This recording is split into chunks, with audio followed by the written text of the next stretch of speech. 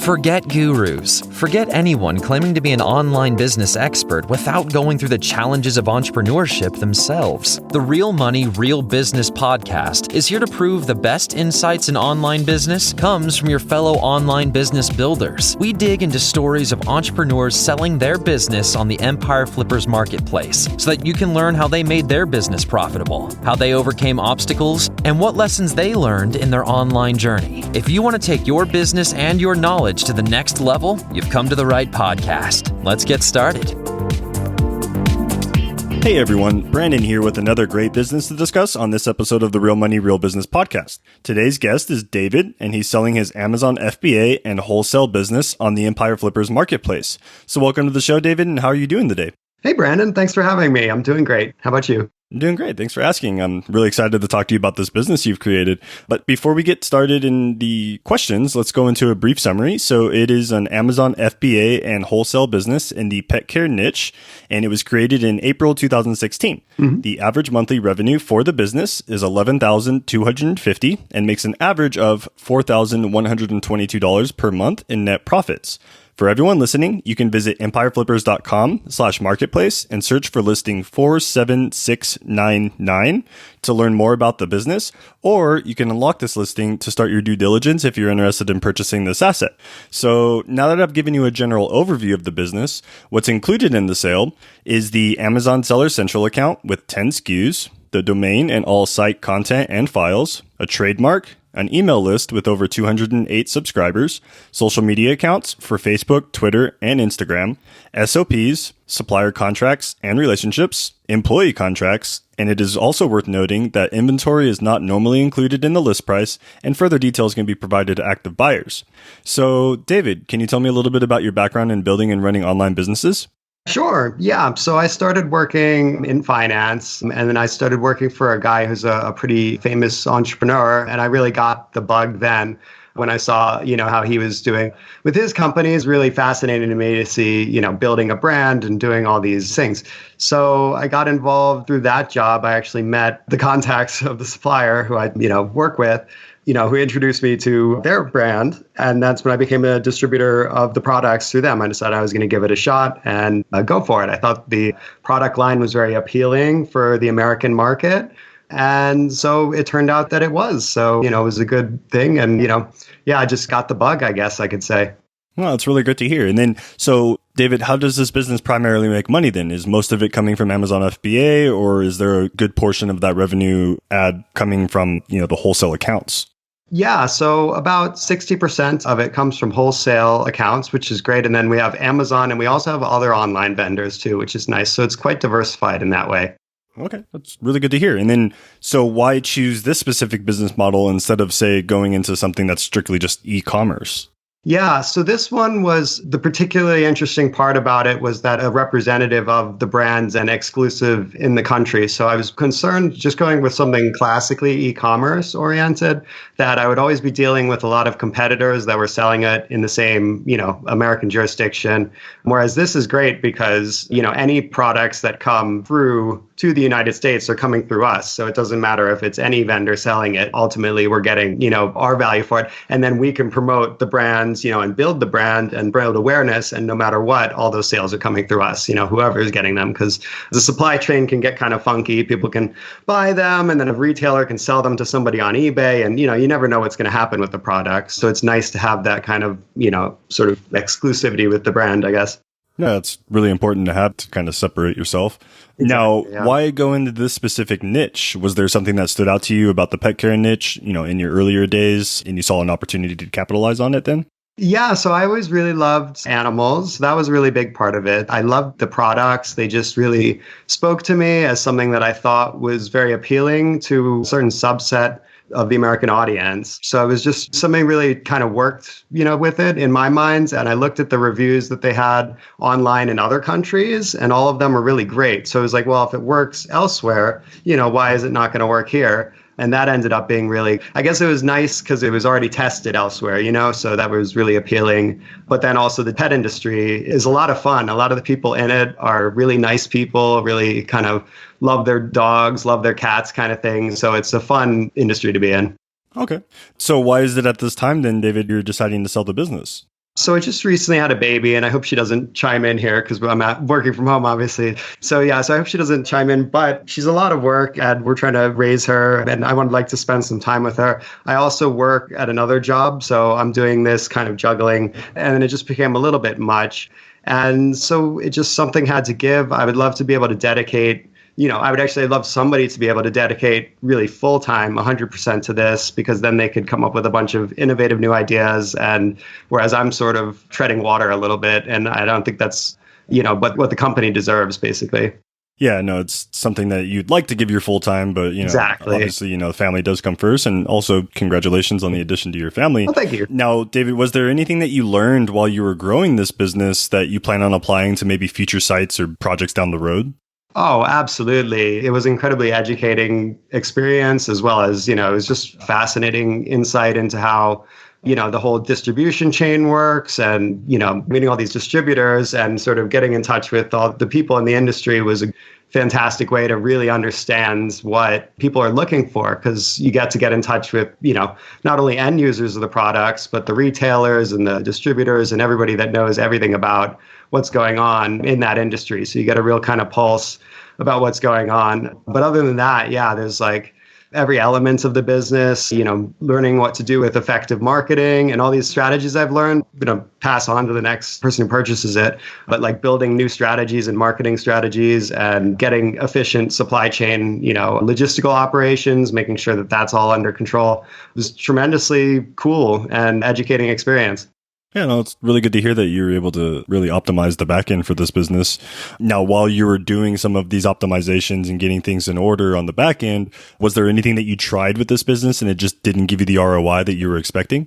Oh, absolutely. Yeah. So there's a little bit, I think in 2019, where our Amazon sales dropped off very, very significantly. And the reason that was is because I got the boneheaded idea that I don't want to be selling directly to Amazon. I want to be selling to somebody who's going to really put in the work, sell it to other Amazon sellers. And then, so that's what we did is we cut off our Amazon sales and sold to these wholesalers who promised us the moon about how they would be, using pay-per-click advertising and they were going to do all these things.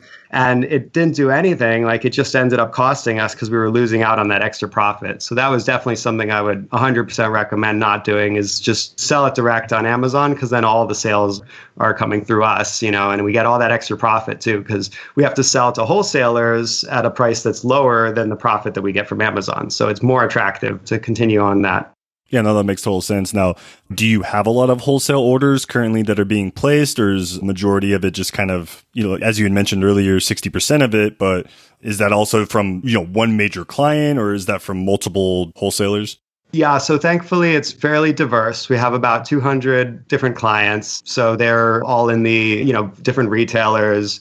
Some of them, it's very unique. Some of them are like training clubs and things like this. So it's like all kinds of different wholesale. They buy on behalf of their members, but a lot of them are just classical retailers. Okay. So then, are you doing anything else in terms of your marketing strategy as far as, using some of your social media profiles or maybe even optimizing that email list that you currently have? Absolutely. Well, actually nothing with the email list. And this is something that I think is probably a little bit of a low-hanging fruit that I, would recommend doing something with. So that's all our wholesale clients. We have a whole email list of all of them, and we can, do some good promotions and things like that. But the social media on Instagram and Facebook, that's probably our best source of new customers for Amazon, is because we post these contests and we have these photos that sort of famous dogs get involved with, and then they pose with the products, and then that leads to a couple sales instantly, either from them or from their followers, and we kind of hit that up religiously. So we're constantly outreaching to new people through social media, and that's become really the most effective strategy, because like I said, Amazon sales are higher profit margin, and they're slightly less minutia in the back order, because every time a wholesale order comes in, our order processing employee needs to process it, needs to send the invoice. If they don't pay the invoice, needs to follow up. So, it's all done and it's all handled by the employee, but that's extra employee time that needs to go to that kind of thing. Whereas Amazon, it's all automated. It all is just, send it to them, done, all good. Mm-hmm. So yeah, so our social media is primarily focused on those online sales for that reason. Okay. And then are you doing any type of like PPC advertising, or is most of the traffic that is coming from Amazon coming through organic or through your social media platforms? So we are doing a little bit of PPC on Amazon, and it could be ramped up, but I don't necessarily recommend it because I like where we sit. We get up there right on the sort of first listings of the second page. And the reason that's interesting is because people, if they will ignore the ones on the first page, we've gone up to there, we've paid the top dollar to get up to the top place. But it's sort of a wash because a lot of people just wash right over that. But once they get to the second page, that person has been spending a little bit of time going through all the options and they just want to find something new and unique. And so then they get really excited, or it's just a much higher conversion, I guess I should say, because then by the time they get to the second page, they're like, oh, what's this? And then they try that. Whereas the people who are on the first page, they just want the first thing that comes up, the most recognizable to them, kind of thing. And we're not, of that level of brand recognition. We're a sort of a uniquer, more niche set of products. Okay.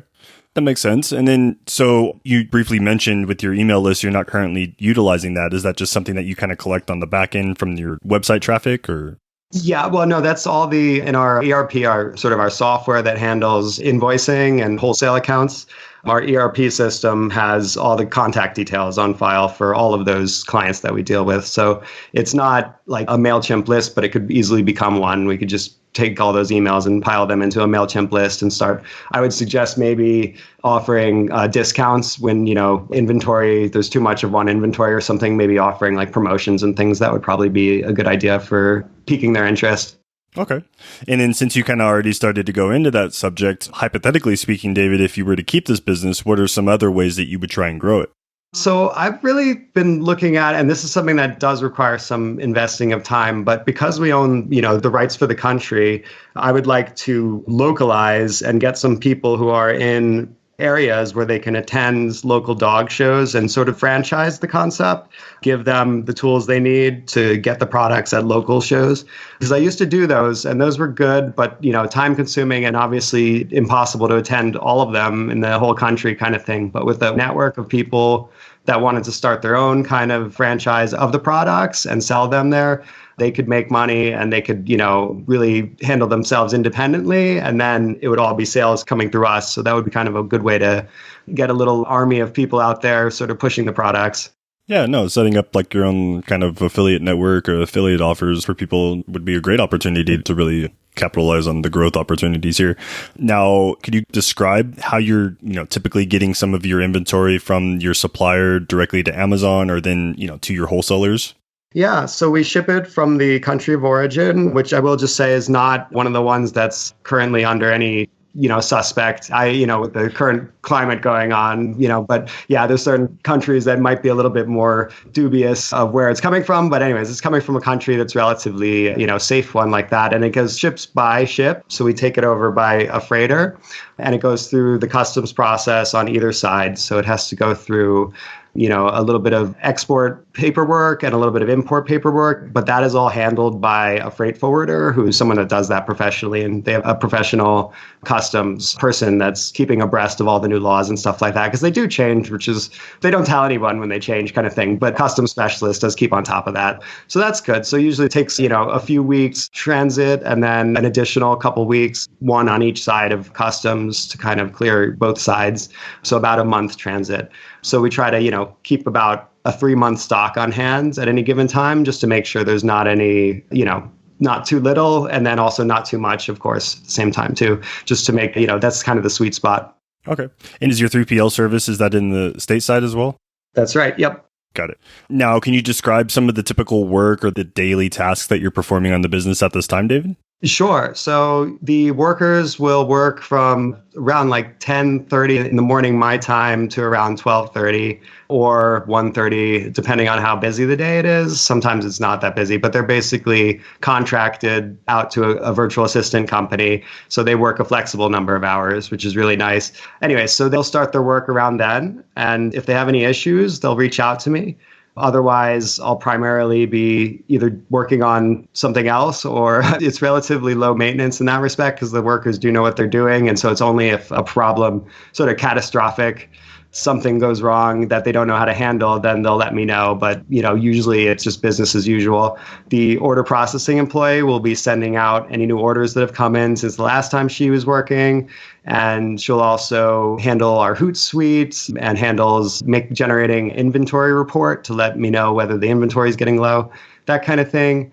And then the social media employee will be reaching out to people through Instagram, basically his full-time thing that he does. And he has a series of scripts that he follows, and he'll ask a question every now and then, but it's usually, we've got most of the questions pretty much covered. Like, you kind of think with the infinite language of the human language, there's like all these questions that could be asked, but there's only like 12 questions that people ever ask, kind of thing. So like, we have all of those kind of scripted out, and he just does his thing. So usually it's only just hearing from the order processing employee because something funky will happen. A customer will ask, oh, can I have some extra free samples? And, depending on who they are, she'll be like, well, should we send them? And say, yeah, go for it, or no, they asked for too many samples or whatever. Usually samples we'll send to anybody. But yeah, and then after that, once they finish up, then that's pretty much it. And that happens once, 3 times per week. So Monday, Wednesday, Fridays. Okay. So it's just the 2 VAs that are currently managing the day-by-day tasks for the business at this time? Okay. And then they're also going to be continuing on with the business, I'm assuming, from everything? Okay. Perfect. Now, VA work and the daily task work aside, do you feel that there's any particular skill set or knowledge base that a buyer should already have prior to acquiring this asset? I think probably the most useful skill set is having some good sales experience, or at least marketing experience, because that's really what it comes down to. I mean, part of what makes it so low maintenance is that the factory is handling all of the brands, essentials. So they're updating the packaging, they're doing all of that kind of stuff. So there really isn't that kind of minutia that needs to be handled on our end. It's just about marketing it and getting awareness for online and wholesalers. And then, really building interesting new marketing campaigns. So somebody that was professional marketer, either digital marketer or even a traditional marketer, because we do have that wholesale element, I think they would find the most amount of success with the company. Yeah, no, definitely. It's, plenty of low-hanging fruit, as you mentioned earlier. Someone with this particular skill set can really capitalize and take this business to its full potential. Now, do you feel like there's any particular, risks associated with this business that a buyer should be aware of, David? Oh, yeah. So it's a small company, so there's always going to be risks. I think the one risk of international freight, and like I said, it is coming from a country that's okay as far as, I don't know what that means nowadays, but it's coming from a country that's a relatively safe one in terms of legal jurisdiction, I guess you could say. But that being said, you never know because there's the laws that come and change and things like that. So that's one risky element you never know with that. And then also the products are perishable, so it's important to keep good inventory control. That is definitely a must. So not to order too much, but to have a pretty good idea of what's coming. And of course, we have years and years of history, which is very helpful with that because we can look back and see when particular buyers place their orders and that kind of thing and be prepared for that. So it definitely requires a little bit of checking on that.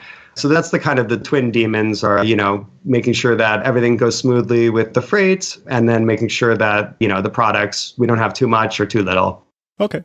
Yeah, no, and, great that you already have some of that data, as you mentioned as well, to kind of inform the new buyer that, based on, history or as you mentioned, previous orders, just kind of what to expect for future ordering purposes. Absolutely. And I will just add, we have all the paperwork that we've done and processed with all the products, making sure that they get through customs. And we have all that history of, it's like as everything's done, because the first time it was, it's always like crazy trying to get it figured out. But all that stuff is sorted, it's going to come with the business. And then, the shipping process is just filling out. There's one filing that we have to make on an annual basis with the USDA with a product. And that's all that we have to do to maintain that.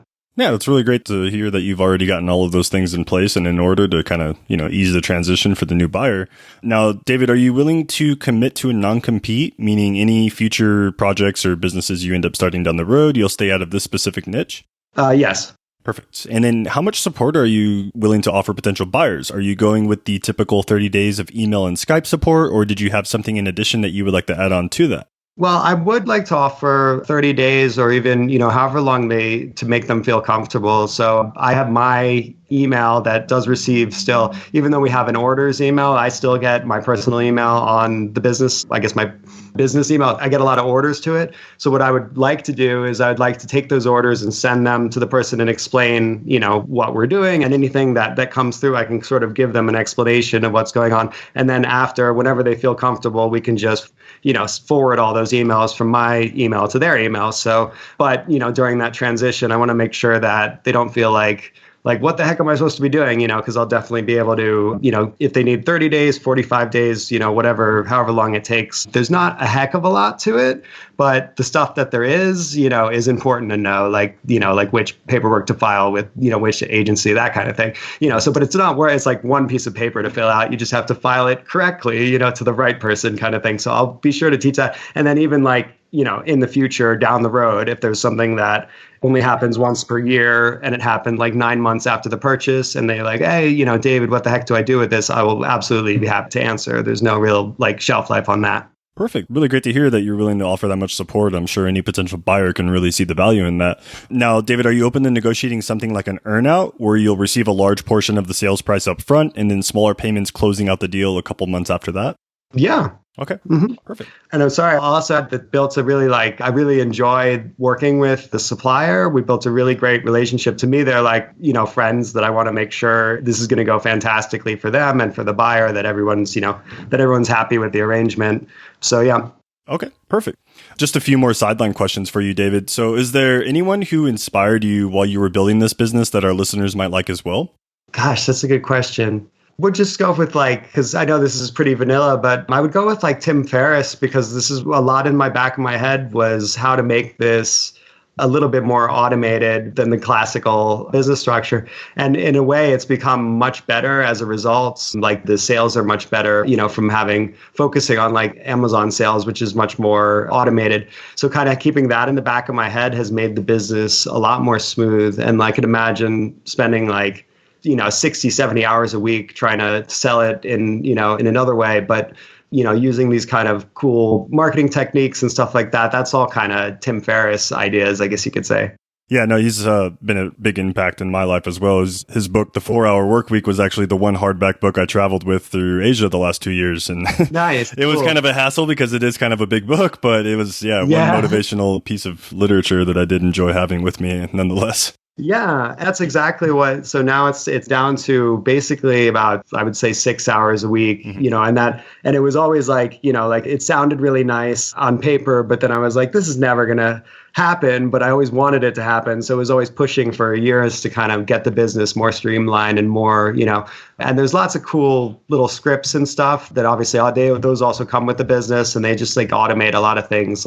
Our workers have a back entry system for all of our influencers on social media. And then whenever they need to send samples out, they just click one button and it just mails the warehouse. We send 50 samples out and it just mails all of them to the warehouse at once. And all this stuff that used to take hours and hours for them to do. So it was a lot of funky efficiencies to be gained. And that was definitely always in the back of my mind throughout building the business.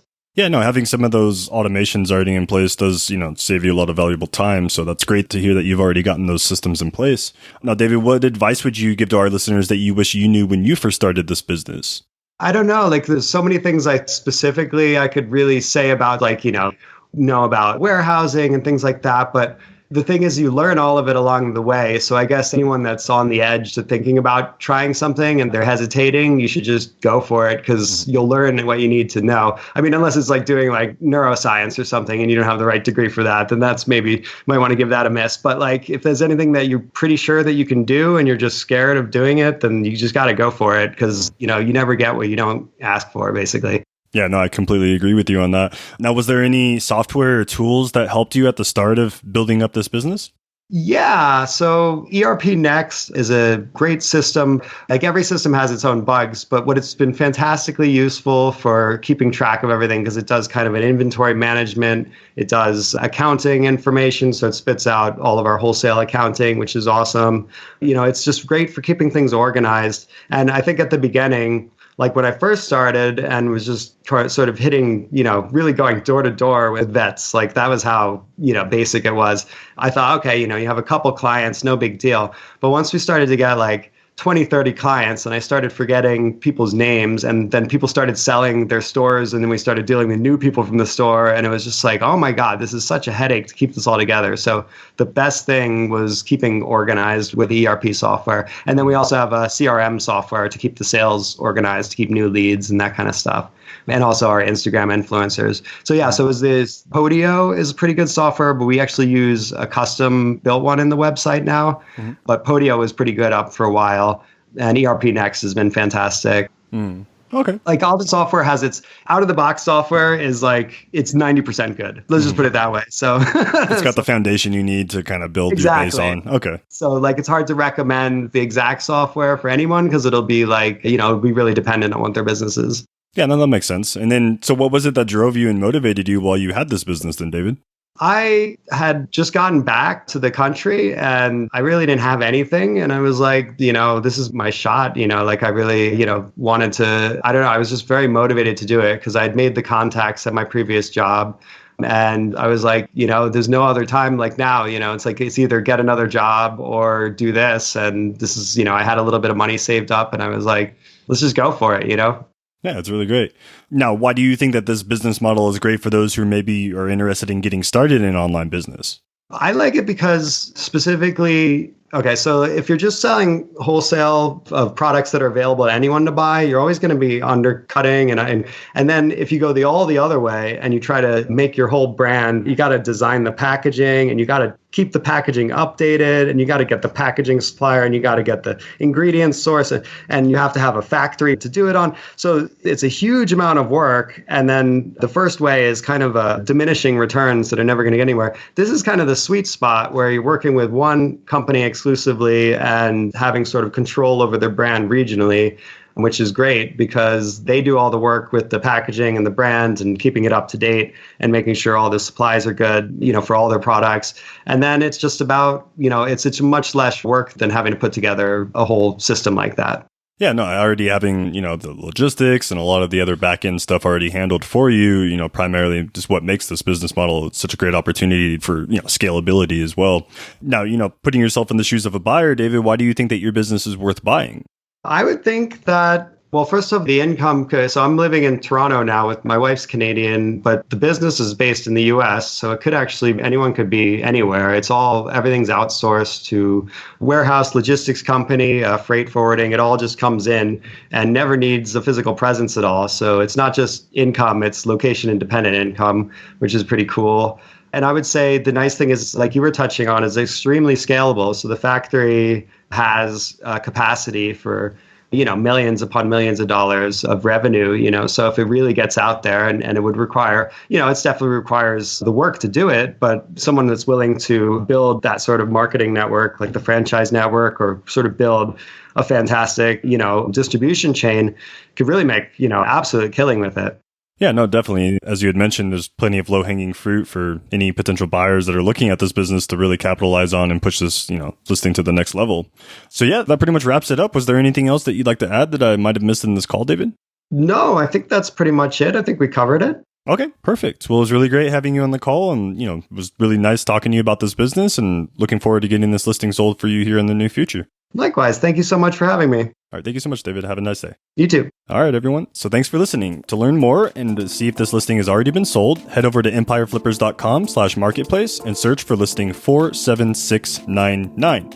If you're watching this on YouTube, click the link in the description to go straight to the listing. And once you've unlocked this listing, you'll be given everything you need to know about this business. So until next time, enjoy your digital journey.